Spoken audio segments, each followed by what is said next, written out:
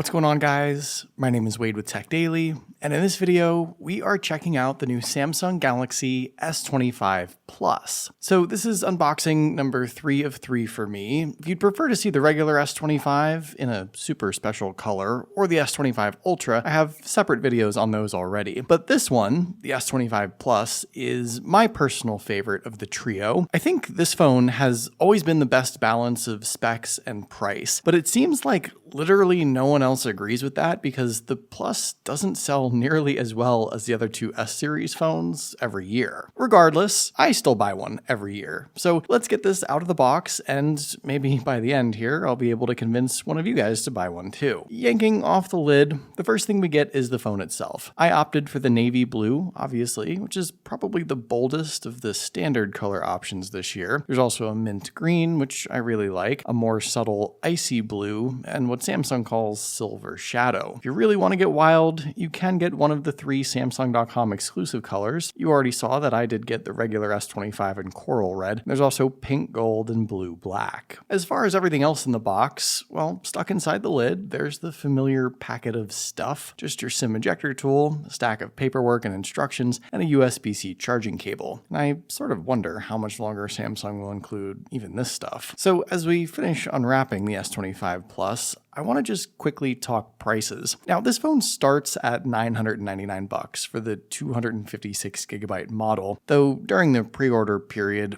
Samsung has been offering a discounted price on double the storage, so you could get the 512GB model for $20 more, which I think 99% of people would probably do. Not me, though. I took the Samsung cash and got me a whole pile of phone cases instead.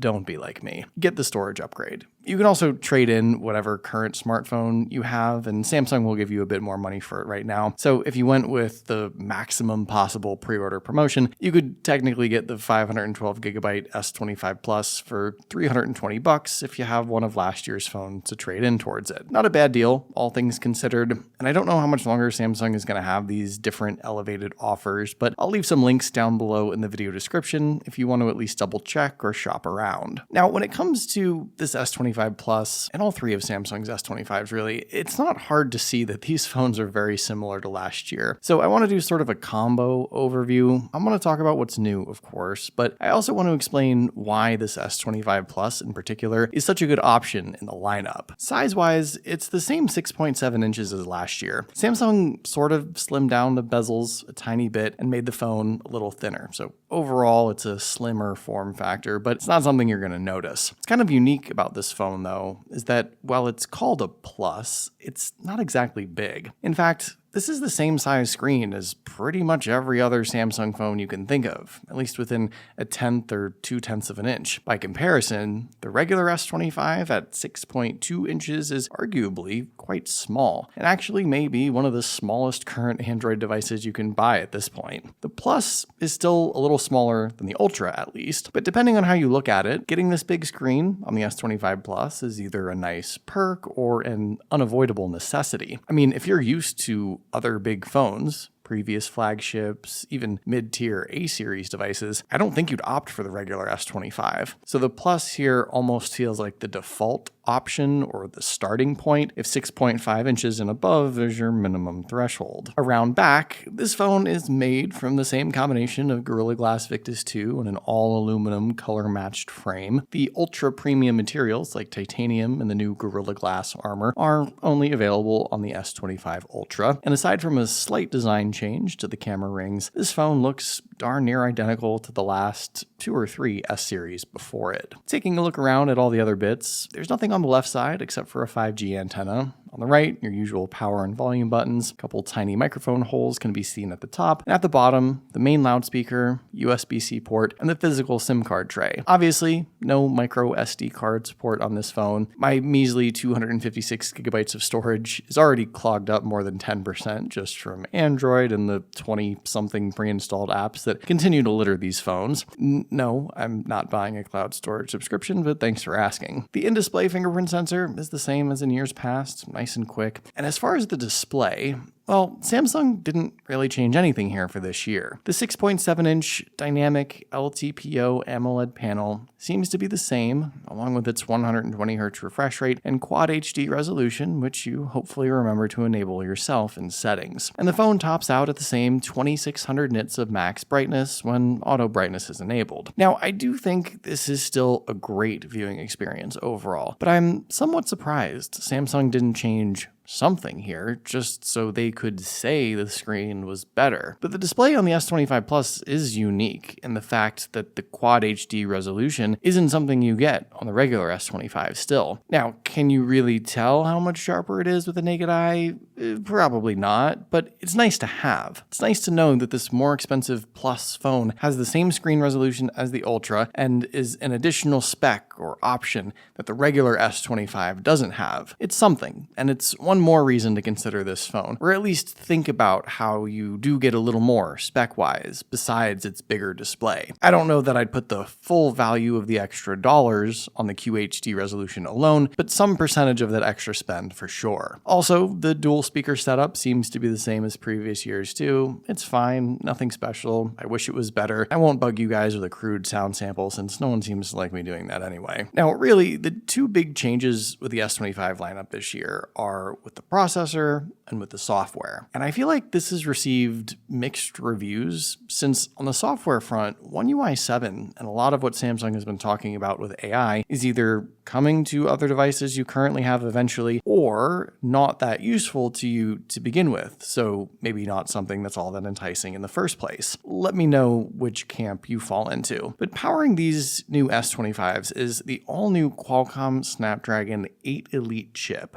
And the ones inside these phones are supposedly specifically made for Galaxy. Qualcomm says they've optimized them to handle all the AI goodies that Samsung has been pushing, along with just being Samsung smartphone focused for gaming, battery life, cameras, all that jazz. Both Qualcomm and Samsung are perpetuating some major promises when it comes to the performance increases, and the Geekbench numbers the chips put out are crazy high. I think you just have to decide how much weight this holds with your own day-to-day usage. Like, if you're more of a casual social media scroller, just having this crazy new processor vastly improve your day? Probably not. But if you're a power user for school or for business or a top-tier mobile gamer, then yeah, this is the best of the best when it comes to Android smartphone performance. The other thing to consider is whether or not Galaxy AI and One UI 7 is all that important to you. I think all the changes to One UI 7 definitely make this phone feel new and different, and the AI add-ons that Samsung has either introduced or improved on over last year seem to have some potential. I don't think the daily brief is all that helpful at the moment, but the improvements to Circle to Search are big. AI Select seems powerful when it works. Gemini is a heck of a lot smarter and can do things within multiple apps at once now. So there's a lot to try out on the software side. But again, for as much as Samsung has been pushing this, I'm not sure it's gone over super well with the average consumer up to this point. So we'll see in the coming weeks if maybe Galaxy AI becomes a more integral part of people's daily smartphone usage. But while this stuff is sort of the pillar of the S25 lineup as far as what's new, I don't know if it's getting everyone so excited for it yet. Something else I should quickly point out. In years past, the regular S series phone had less RAM than the Plus and the Ultra. But this year, Samsung evened things out. All the S25s get 12 gigabytes of RAM across the board. So that slight disadvantage to the regular S series phone from previous years is no longer a factor. And I actually have seen some commenters over the years say that they got a Plus or an Ultra because those phones had more RAM. One other advantage in opting for the S25 Plus over at least the regular S25 is that within this big phone, you do get a slightly bigger battery. The 4900 milliamp hour powering this phone is 900 milliamp hours larger than the small-sized S25. And in years past, that's something that's translated into an extra 30 minutes to up to an hour or so of extra screen on time or usage throughout the day. And if you do run out of juice, this S25 Plus does still charge faster than the regular S25 as well, 45 watts versus 25 on the regular phone. So again, I don't know how much of a dollar value you might want to put on this, but it's worth something for sure. Finally, with the cameras, Samsung surprisingly did not change really anything here.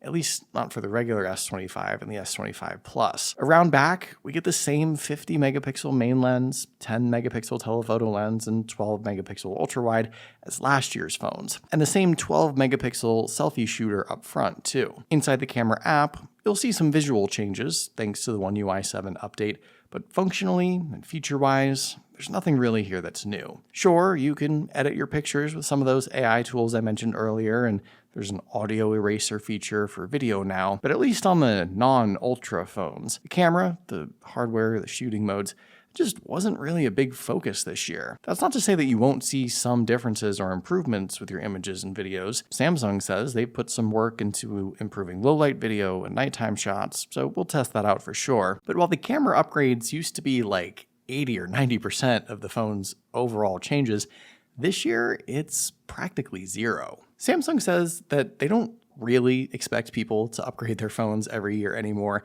and I totally agree with that. Plenty of people now are perfectly happy keeping their devices for 2, 3, 4 years, or even longer. So I don't think anyone with an S24 Plus is sprinting on over to get this S25 Plus. But I do think some people with older devices are considering it because from 2 or 3 years ago, this phone does offer a lot of great stuff. And as far as the Plus in particular, well, the big, or I guess normal size screen is worth something. The super sharp resolution is nice too, the bigger battery, the faster charging speeds, and oh yeah, you do get twice the storage as the regular S25. Did I forget to mention that? I think all those extras are not only worthy of anointing this S25 as a plus, but are also well worth the extra money you'd spend over a regular S25, if you're in the market for one, of course. But what do you guys think? Is the S25 Plus worth it for any reason whatsoever? Let me know in the comments down below. I'd love to hear your thoughts, of course. But hopefully you guys did enjoy this video. Be sure to follow TechDaily on Twitter and subscribe to the TechDaily YouTube channel if you haven't already, and I'll see you guys later.